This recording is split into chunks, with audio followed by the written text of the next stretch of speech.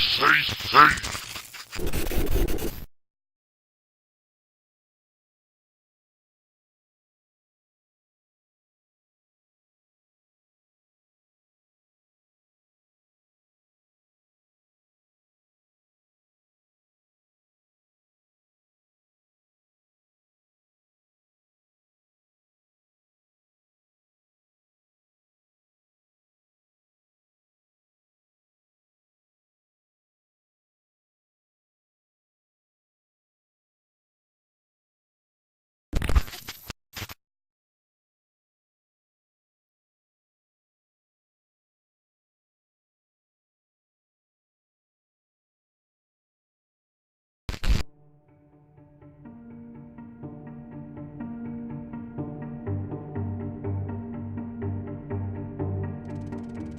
In July 1953, a Southern Pacific train carrying passengers and cargo went missing in the Tehachapi Pass, Kern Country, California. The federal government issued a message to the public that the main line through the pass was to be closed due to an earthquake, but no mention of the missing train was ever reported by any of the mainstream media outlets. Rumors about alien abduction and a government conspiracy to cover the truth began circulating in fringe circles around Southern California. Paranoia following the Roswell incident only 6 years previous was still high, and people had begun to question the government for the first time on a large scale. Strangely, families of the missing people aboard the train fell mysteriously silent after weeks of pressing for the truth. Eventually, the story fell into the obscurity of time, and nobody really remembers anything other than a minor earthquake that put the Southern Pacific Line out of business between July and August of that year, 1953.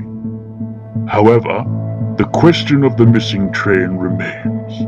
Just what happened to those people aboard the vanished engine?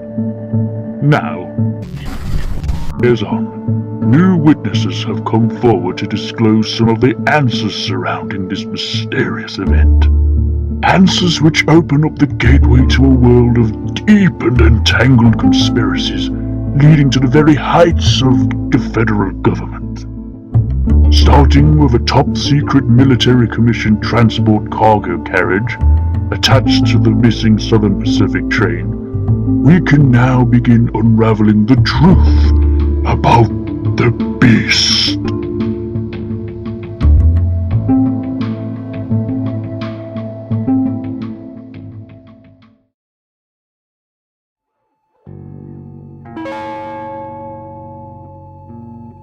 The year is 1993. Cheryl Justin, a retired elementary school teacher from Ohio, has come forward with new evidence about her brother, Larry Justin, who she claims was on board the train when it went missing.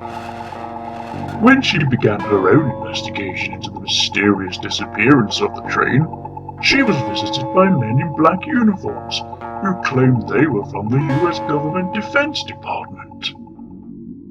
Well, I knew that he was traveling to Alameda City so as to catch a ferry to San Francisco, where our sister Dana lived at the time. But when I got a message from Dana a few days after he was due to arrive saying that he hadn't shown up, of course we all began to get concerned.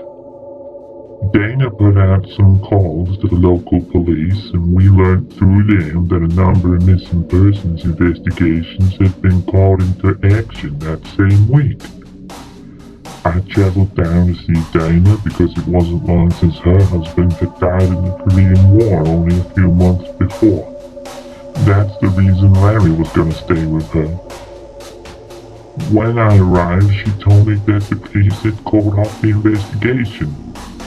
I said, "What do you mean they called it off?" And she just broke down in tears. She said police told her that there was no further action to be taken and that Larry's body had been found hung in Alameda with a suicide note. Well, I just thought this is complete hogwash. Larry was a perfectly healthy, mentally stable young man with 2 young daughters and a loving wife. Why would he travel to Alameda to hang himself? It didn't make sense. I went back to the police and demanded to see the body. They said that they couldn't do that. I asked why. Just said that the body had been moved to Santa Cruz.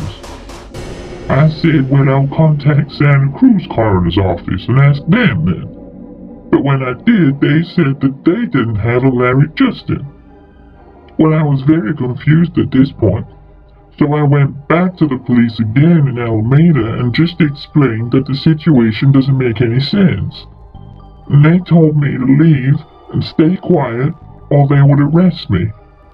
Well, I just lost it at this point, and they arrested me, locked me in a cell overnight like a caged animal. The next morning, these men in black uniforms came to the cell and showed me these pictures. I still find it hard to even talk about this, but the pictures they showed me, they said it was me with boys from the school I worked at back in Ohio at the time. I just said this is ridiculous. I was so angry. But they told me that if I didn't want to ruin my career, that I was to keep my mouth shut. To tell anybody who asks that Larry killed himself, I'd hear nothing more about it. 40 years I've kept silent about this.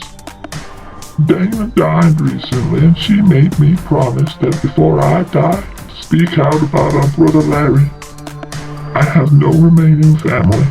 I have no children. I've got nothing to lose now. I want the world to know that my brother did not kill himself. He was taken from us. I just know it. He was taken from us.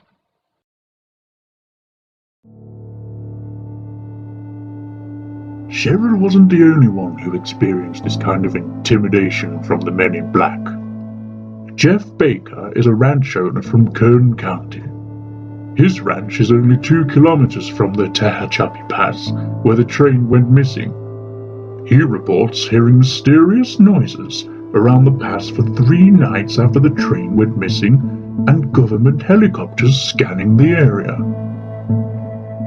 There were 5 every morning and every evening for 3 days.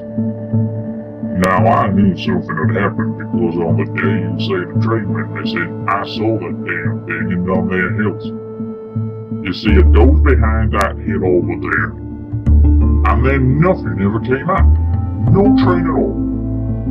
But there was this God Almighty sound, like the heavens themselves imploded through sheer force. I can't hardly describe it. I ain't never heard anything like that in my life before. Frightening. Then these helicopters start circling around the area after about half an hour. Just scanning the hills, it looked like. Then they went. Then they came back again later that day. And this went on for about 3 days, every morning, every evening. I wondered what the heck was going on. Now, I was raising pigs on this here ranch back in them days, and for those 3 nights, I would wake up every morning and find one of them gutted from the inside out. Now, on the 2nd day, I called the sheriff's department, and they said they'd send someone up, but they didn't. So on the 3rd day, I called again and just said, look, I need y'all up here now. Something kooky is going down in these there hills.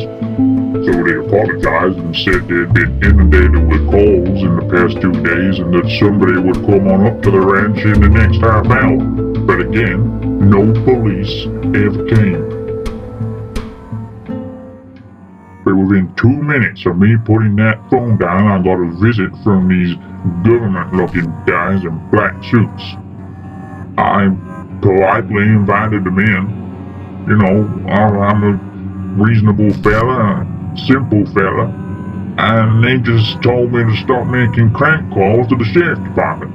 I said I ain't making no goddamn crank calls. I pointed to the pigs' bodies out back and said, does that look like a crank call to you?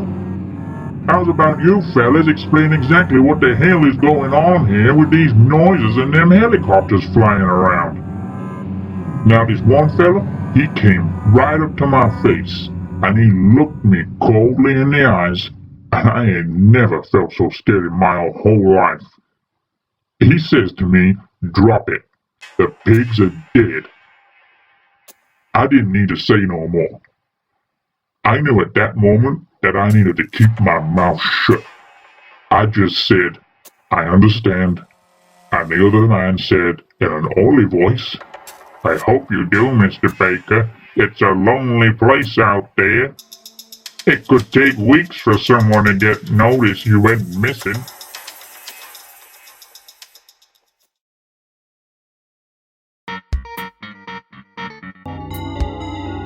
Something clearly happened in the Tehachapi Pass that warranted the intense government activity, and the intimidation described by both Cheryl and Jeff seems to suggest something hugely significant had occurred there, which only escalates the mystery as to why there was no trace of the story in the newspapers.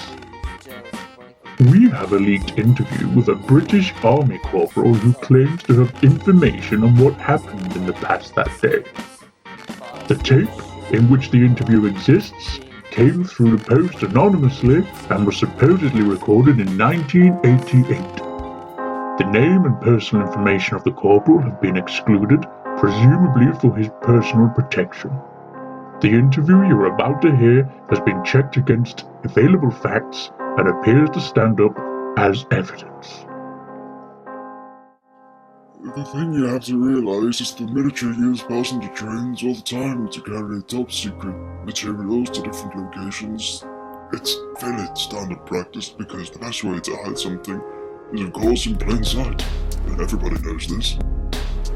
Now, I was on a mission in the US to transport some live material from Liverpool in England to the Oakland Army base in San Francisco. I had no idea what was inside until we'd reached the Tehachapi Pass. My orders were simply to escort the cargo safely. But what I do know is that the orders had come from a man named Francis Boucham. I only knew this because I overheard one of the lieutenant generals mention his name during a checkpoint at Santa Cruz. I'd never heard the name before, and I have to say I haven't heard it since.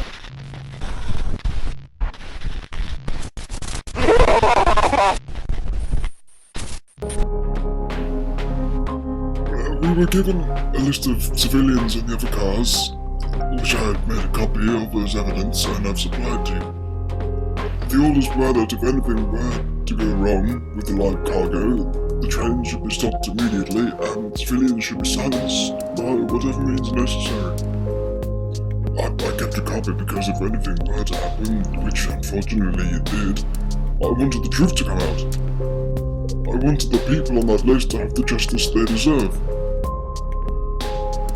We can confirm that the passenger list mentioned was sent along with the tape, with an official army stamp dated 1953. Amongst the civilian names, Larry Justin appears.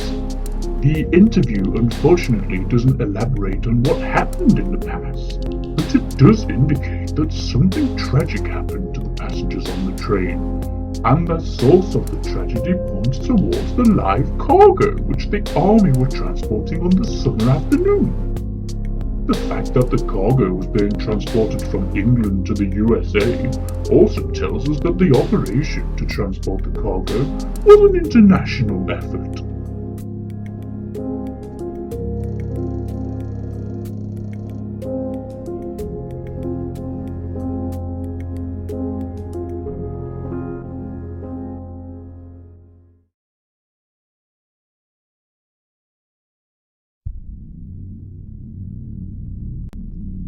The key piece of information in the interview, though, is the name Francis Boucham. Just who was this man? It was clear that he had a level of authority which transcends borders, and that he was well aware of the dangers of the cargo on board. Secrecy required to contain those dangers. In fact, he was so aware that he was willing to order the deaths of civilian passengers on the train. Having searched through the archives of both British and US Army officials, nobody with the name Francis Beauchamp came up as working during that time. However, we did find an article which contained a written interview with a man named F.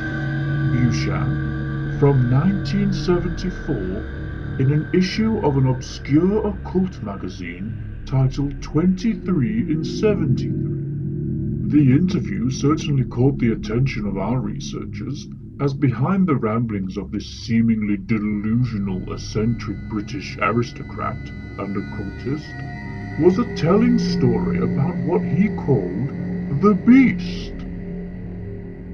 The Beast, he dramatically claimed, was a quantity whose genesis came forth through the consequence of dabbling with the dark arts, a manifestation of Mephistopheles himself, born through my selfish desire for immortality.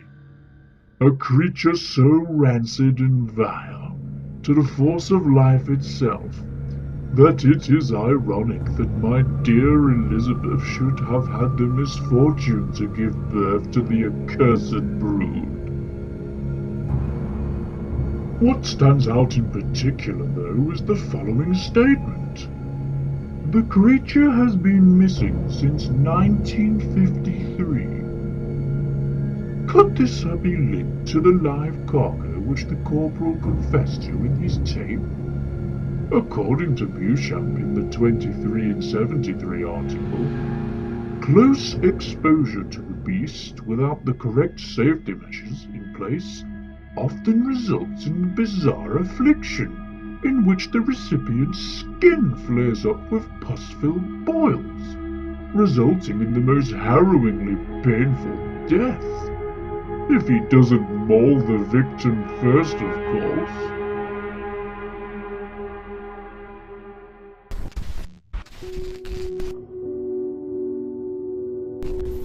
These chilling words correlate with a cluster of medical and police reports between 1953 to 1969 around Death Valley National Park, Stanislaus National Forest, Mendocino National Forest, and the Six Rivers National Forest. Kieran Watson, Charlie Hunt, Harriet Long, and Kate Lester all died from an unknown medical condition that they seemed to contract whilst out hiking alone. The coroner report from Charlie Hunt described strange clusters of pus-filled boil-like protrusions that seemed to stem from the navel area, covering the victim's body. I have never come across this condition and cannot find the exact pathology described in any of the medical journals. Again, the coroner who reported on Harriet Long's body states, "The body is covered with pussy growths that have a bluish-grey tint. They seem to originate in the navel region, as this is where the largest growths appear. Then they spread up the body towards the head. There is all grassy-like substance from the larger growths, which pierced my glove upon contact. The growths do not appear contagious." Could these helpless hikers be victims of coming into contact with the so-called beast? Perhaps, and if so, it would suggest that the military helicopters seen around Jeff Baker's ranch in 1953 failed to contain a situation that required the silencing of so many people. Is the beast still out there to this day, roaming the national parks of the western United States? If so, has anybody caught sight of the creature?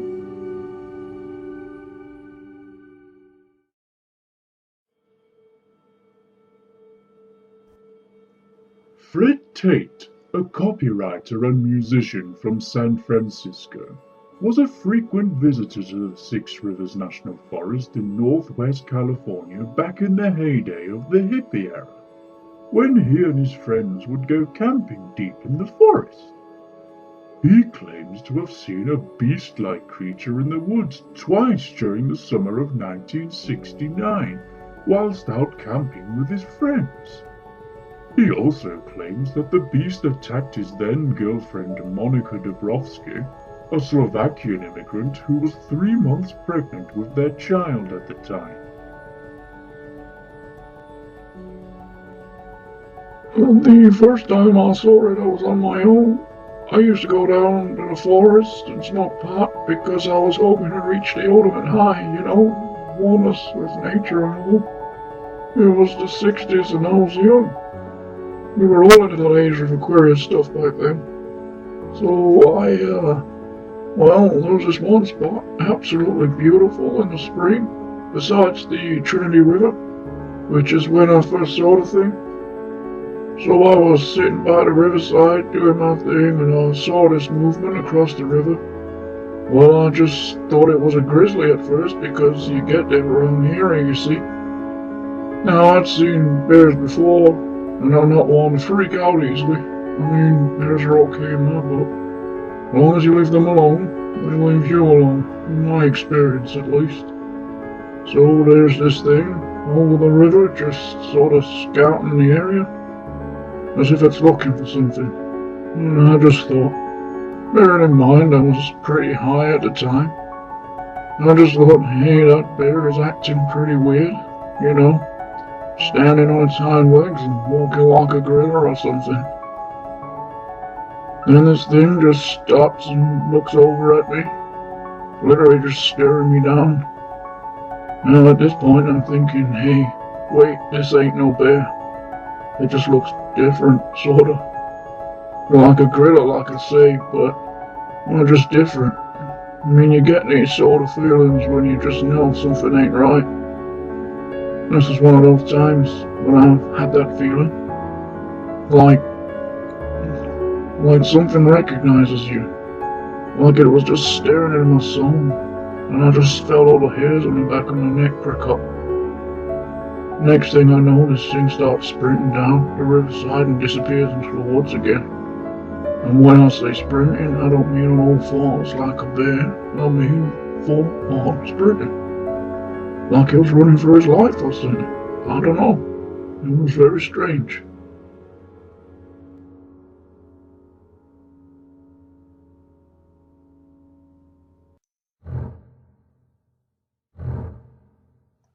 So I told a friend who was interested in what I'd seen in the woods. They were all into these conspiracies and the whole Bigfoot stuff you heard rumors about at the time. And you still do, I suppose. So that's what I thought it was, you see, like some Stone Age ape creature then, that somehow survived the thousands of years in the forest. But after a while, you just sort of began to doubt yourself. You have to remember I was smoking a lot of pot during that time. That can kind of mess with your perception, Like I knew I'd seen something. But the more time passes, the more you think, hell, it could have just been a bear or something, man. I could have just been seeing shit I wanted to see because everything's more interesting when you're on pot. Plus, I've been into the forest since with my friends and on my own. I never saw it again, so yeah. But then in the August of the same year, 1969, this was 3 months after the first sighting, I was camping out in the forest in the same area with my then girlfriend Monica and 2 friends, Kenny and Ned. Again, I have to say we were experimenting with some harder stuff, I'm talking LSD. So I appreciate that we could have been seeing a 3-headed 8-foot hippo giraffe thing, and it wouldn't have seemed so outrageous, But we were on the come down when we saw it, so, yeah, the hallucinations had worn off by that point. And the sun was setting, so the shadows were really long in the forest, and suddenly Monica yelled because she saw a shadow over the tent. We all turned and saw it about 9 or 10 meters away, just frozen, staring at us. Again, I can't exactly describe the feelings I had, but that thing had consciousness, like a human kind of consciousness. Somehow I just felt like it knew us, and strange as it sounds, hated us. You could feel the hate coming from its eyes. It probably sounds crazy, but it's true. Its eyes, it's hard to say exactly, but they sort of look like a wild dog, but very expressive. Fully sentient. It was fully sentient.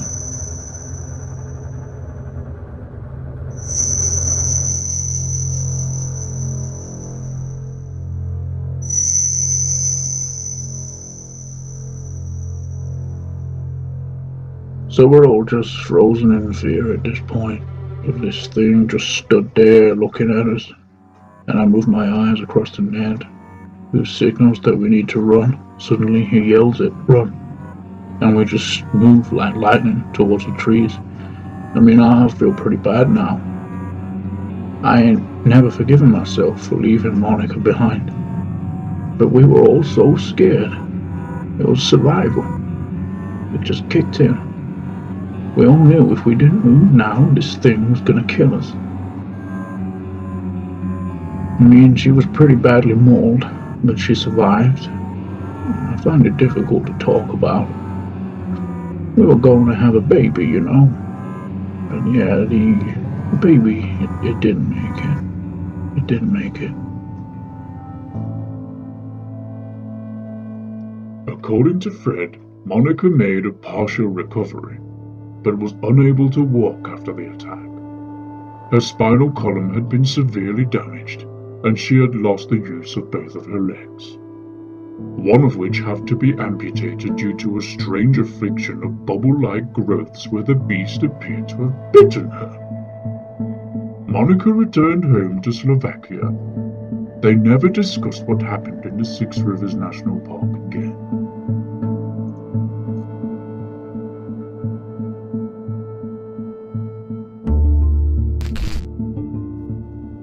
In October 1967, 2 years before Fred Tate first laid eyes on the beast, two amateur filmmakers, Roger Patterson and Bob Gimlin, caught on camera some bizarre footage of an ape-like creature walking on two legs in the same Six Rivers National Park.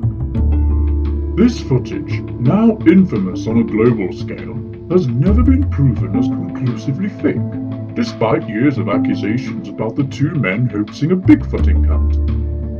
Many monster hoaxes have been made, some more successful than others, but none have ever stood the test of time than the likes of the Patterson-Gimlin footage.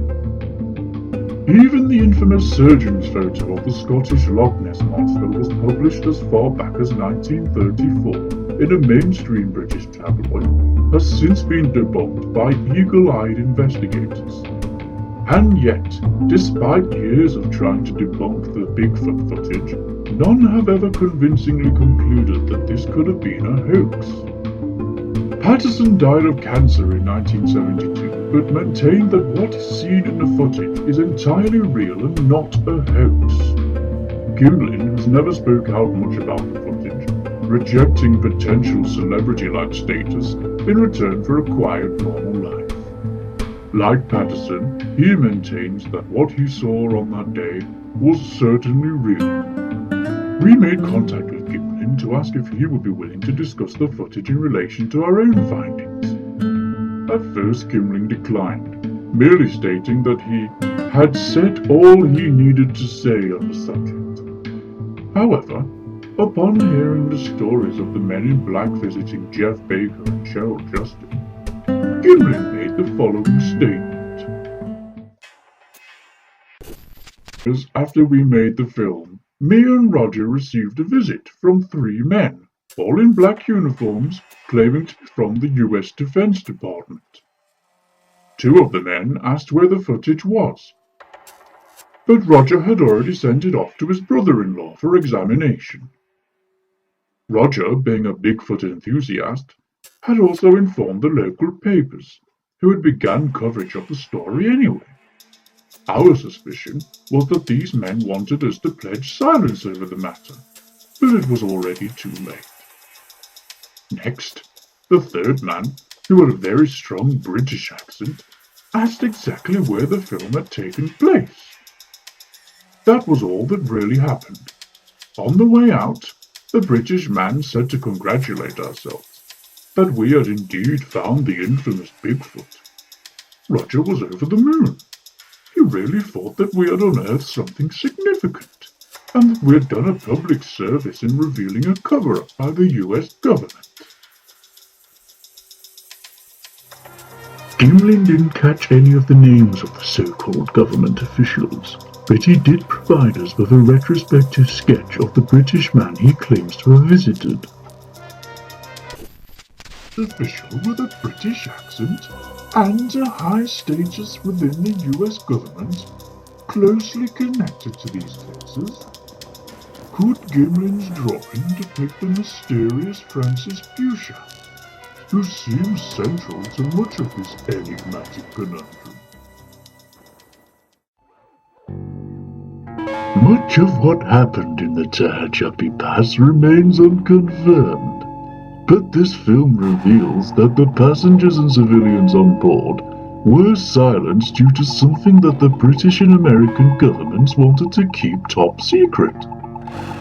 If there is a beast roaming the national parks of California, perhaps one day somebody will capture conclusive evidence of the creature, and the real truth can finally be revealed. As for Beauchamp, his role in the story remains vague and elusive. However, upon further investigation, our research team discovered photos from the Kennedy administration between 1961 to 1963, when JFK was assassinated in a national tragedy. These photos all contain a man who cannot be accounted for as an official member of the administration, but appears to be a trusted confidant. This mysterious man seems to fit the description depicted in Gimlin's sketch. Could this man be the shadowy Francis Beauchamp, the figure at the center of much of what happened with the Southern Pacific train and the cover-up that followed? If so, his apparent connection to President Kennedy suggests an incredible level of influence.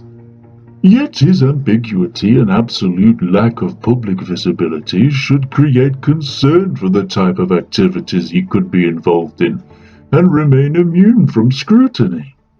An even bigger question remains: where is Beauchamp now? And what remains of his secret legacy in trying to hide the beast?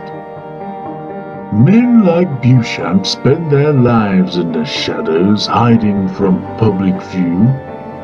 He could be anywhere, at any time, and anybody, manipulating world events from behind a veil of secrecy, entitled and unashamed in his trickery and deceit, waiting to jump out from the shadows, inflicting chaos upon the unsuspected, only to slip back into the darkness from whence he came behind a hearty laugh. He could be the man you pass on the street. He could be a close friend. He could even be your manager. You never know. He could even be me.